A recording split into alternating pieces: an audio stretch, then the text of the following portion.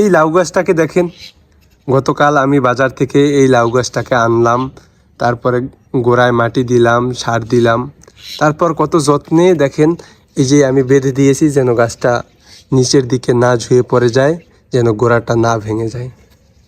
তারপর এত যত্নের পরও আল্লাহই ভালো জানে এই গাছটায় ফল হবে কি না হবে, এর কোনো গ্যারান্টি নেই।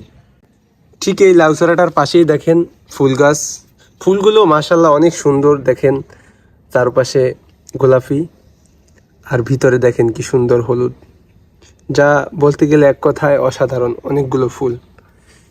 এই গাছটা কেউ একজন আনার পরে এই জায়গায় ফালাইয়ে রাখছে, দেখেন গোড়ায় সামান্য পরিমাণে কিছু মাটি,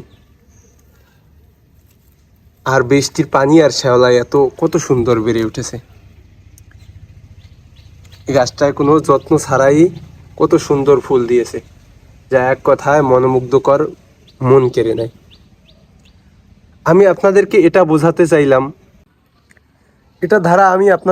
বোঝাতে চাইলাম, আমাদের আশেপাশে কত মানুষ আছে যাদেরকে হাজারো যত্ন করেও তাদেরকে ধরে রাখা যায় না, আটকে রাখা যায় না, জীবন দিয়ে হলেও তাদেরকে কখনোই ধরে রাখা যায় না। আর আশেপাশে খোঁজ নিয়ে দেখেন অনেক মানুষ আছে যারা হাজারো যত্ন, হাজারো অবহেলা পেয়েও তারা কখনোই ছেড়ে যায় না, তারা কখনোই মানুষকে কষ্ট দিয়ে কথা বলে না। আর অথচ অযত্নে অবহেলায় ফেলে রাখা গাছ, এই যে দেখেন এই গাছগুলো কত অযত্নে অবহেলায় পড়ে রয়েছে, কেউ রোপণও করেনি, নিজে থেকেই হয়েছে, অথচ গোড়ায় সামান্য কিছু শ্যাওলা, কত সুন্দর বেড়ে উঠেছে। আর আমাদের আশেপাশের মানুষ যাদেরকে হাজারো যত্ন, হাজারো কেয়ার করেও তাদেরকে ধরে রাখা যায় না, দিন শেষে তারা ছেড়ে চলে যায়।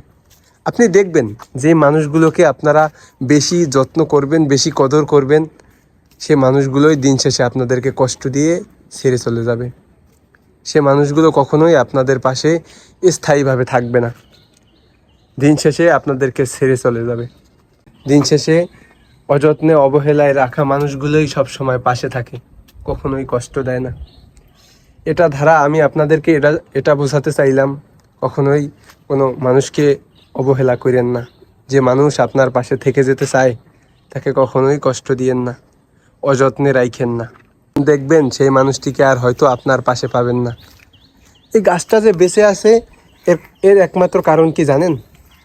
হয়তো বৃষ্টি না হলে এই গাছটা হয়তো এত বেড়ে উঠতো না, শুধুমাত্র বৃষ্টির কারণেই। এমনও হতে পারে যে এই গাছটা বৃষ্টি না হলে এই গাছটা এক সময় মারা যাবে।